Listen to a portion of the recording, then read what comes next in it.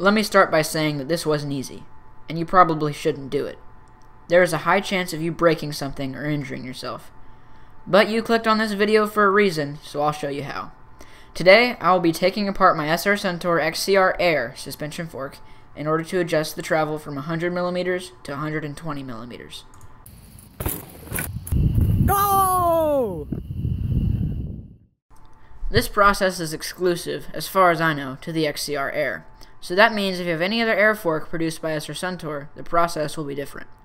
I recommend watching this video by Budget Friendly Biking if you are looking to do this to an SR Suntour Axon, Epicon, or Epixon.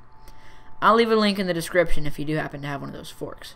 That said, these are the tools and materials you will need to completely do this travel extension. You will need a 5mm Allen key, an 8mm Allen key, a 27mm socket and ratchet, a rubber mallet, or if you don't have one, a ball peen hammer will also work. You will need a channel lock and a piece of rubber, such as an old inner tube. You will need various lubricants, such as park tool bike grease or chain lubricant, needlenose pliers, and a roll of paper towels. First, you need to make sure that the lockout is in the open position and that all the air is loose from the air chamber. If you don't do this, there is a high likelihood you or someone else will be impaled by a flying air piston. So, let all the air out. Next, take a piece of rubber and wrap it around the rebound dial so you can clamp on with the channel lock and pull it straight out. Sometimes, this little black connecting rod will stay in the fork, so to remove it, just grab on and pull with some needle-nose pliers. Now, back out the two bolts on the bottom slightly. The one on the air side is a 5mm hex and the other one is an 8mm hex. Don't unscrew them all the way because you need to lightly tap them with a hammer in order to free the pistons from the lowers. Don't worry, you won't break it. Once you've tapped them lightly with a hammer, you can unscrew them all the way, being careful not to lose the washer on the air side bolt. Now we can separate the stanchions from the lowers. If you feel any resistance at all whenever you're pulling the stanchions away from the lowers, just thread in the bolts on the bottom again and tap them again with a hammer. You may not have hit them hard enough. That should free the pistons from the lowers. Then unscrew the bolts. Now put the lowers to the side with the other fork parts. We won't need it until reassembly time. Shifting our attention towards the stanchions, we need to remove this plastic stopper from the air side piston. In order to do this, just pry it off with your fingers. It will take a lot of effort and it might hurt a little, but it will come off. Once that is off, you can place it aside. Now, you will need the 27mm socket and ratchet from earlier. We are going to remove this bolt thing on the air side. Make certain that there is absolutely no air in the fork right now. Just break it loose with the socket and then unscrew it the rest of the way by hand. Push up on the rod sticking out of the air side so that the piston comes out. Remove this rubber piece and set it aside.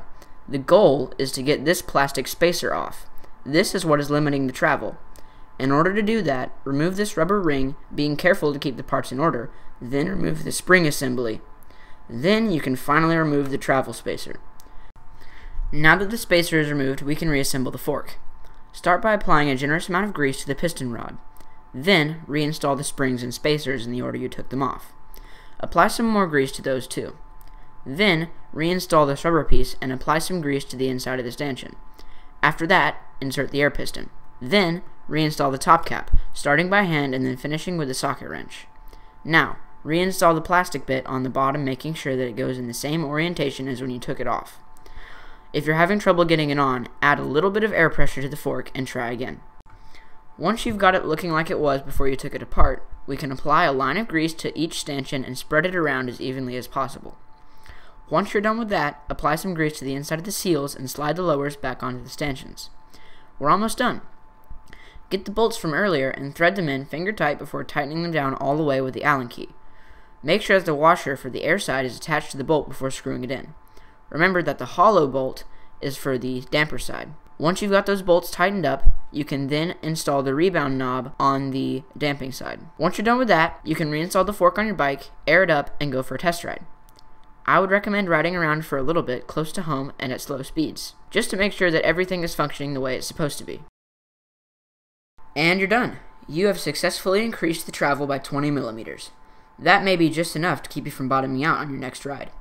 Thanks for watching the video, and subscribe so you won't miss the next video, which may explain why I decided to perform this modification.